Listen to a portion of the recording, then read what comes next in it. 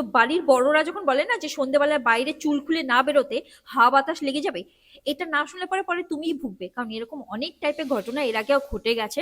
আমি একটা বাংলাদেশের ঘটনা শুনেছি কিছুদিন আগে শুনলাম, যেটা ওখানকার জিনগত। তো জিন মানে অ্যাকচুয়ালি কি সেটা আমি হলো তোমাদের পরে বলবো, কারণ এটাও আমি গল্পে শুনে নিয়েছি।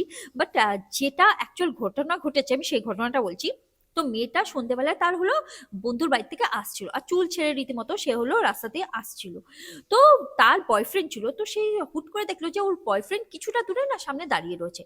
ও অবাক হয়ে গেছে, কারণ ওর বয়ফ্রেন্ড তখন ওখানে আসার কথা ছিলই না। তো ওকে হঠাৎ করে দেখে বলছে, তুমি এখানে কি করে আসলে, তুমি কি করে জানলে যে আমি এখনই এই টাইমে এই রাস্তা দিয়েই যাবো।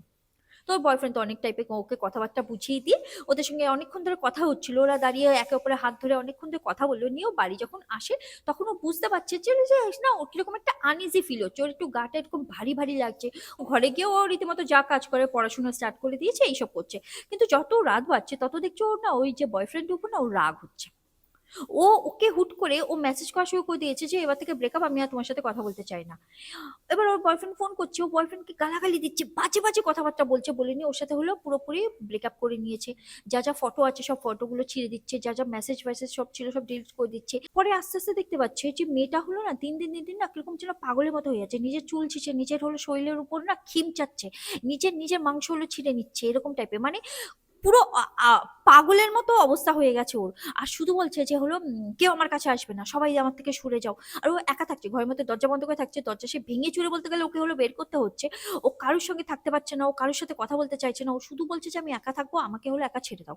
তো তারপর তো ওখানকার নাকি পীর বাবা ঠাবা যা এগুলো আছে তাদের হলো নিয়ে আসা হয়, আর তাদের হলো ওকে যখন দেখানো হয় যে কি হয়েছে, তখন বলছে যে একটা জিন নাকি ওর উপর নজর দিয়েছে, আর ও এত সুন্দর নাকি সেই কারণে ওর উপর ওইভাবে নজর দেওয়া হয়েছে, আর ওর বয়ফ্রেন্ডকে আগে ওখান থেকে ওইখানে তাড়িয়ে দিয়েছে।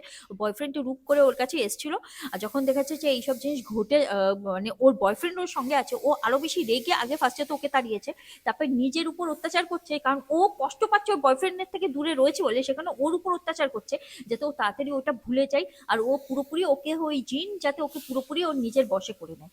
তো তারপর তো ওর সমস্ত কিছু করে নিয়ে ওকে হলো সারিয়ে তোলা হলো। তো এই গল্পটা আমি বাংলাদেশ থেকে শুনেছি, আমি জানি না এটা কতটা সত্যি কতটা মিথ্যে, কিন্তু আমি এইটুকু জানি যে সন্ধ্যেবেলা চুল খুলে কোনো একটা জায়গা থেকে ফাঁকা জায়গা থেকে আসাটা উচিত না। আমি চুল সবসময় খুলে রাখি, কিন্তু সন্ধ্যা হলে আমি একটু বেঁধে নিই। তো তোমার কি মনে হয়?